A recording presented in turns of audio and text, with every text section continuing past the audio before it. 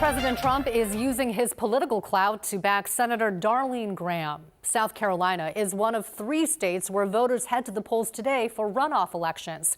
Comes just one day after a U.S. Supreme Court ruling that could limit who can vote by mail in the upcoming midterm elections. Here's NBC's Alice Barr.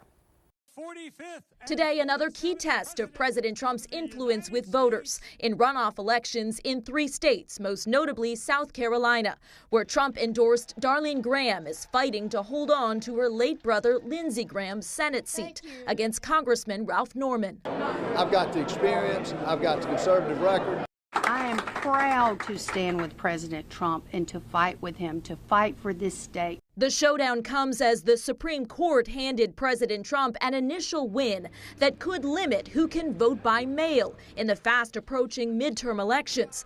The court's conservative justices lifted a lower court's block on the president's executive order that aims to let only a federal list of eligible voters receive mail-in ballots, as President Trump has consistently claimed without evidence that mail-in voting can lead to fraud.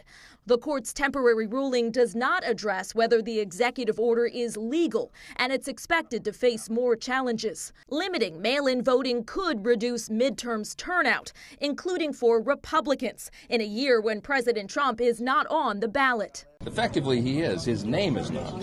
But the America First agenda, the principles of common sense, all the priorities that we have made to the people are on the ballot. That as the president puts his name on the line for Senator Darline Graham back in South Carolina. I got her into this whole thing. I have to make sure she gets in because there will be nobody better. Flexing his grip over the party despite his low approval ratings amid an unpopular war and stubbornly high prices. In Washington, Alice Barr, NBC News.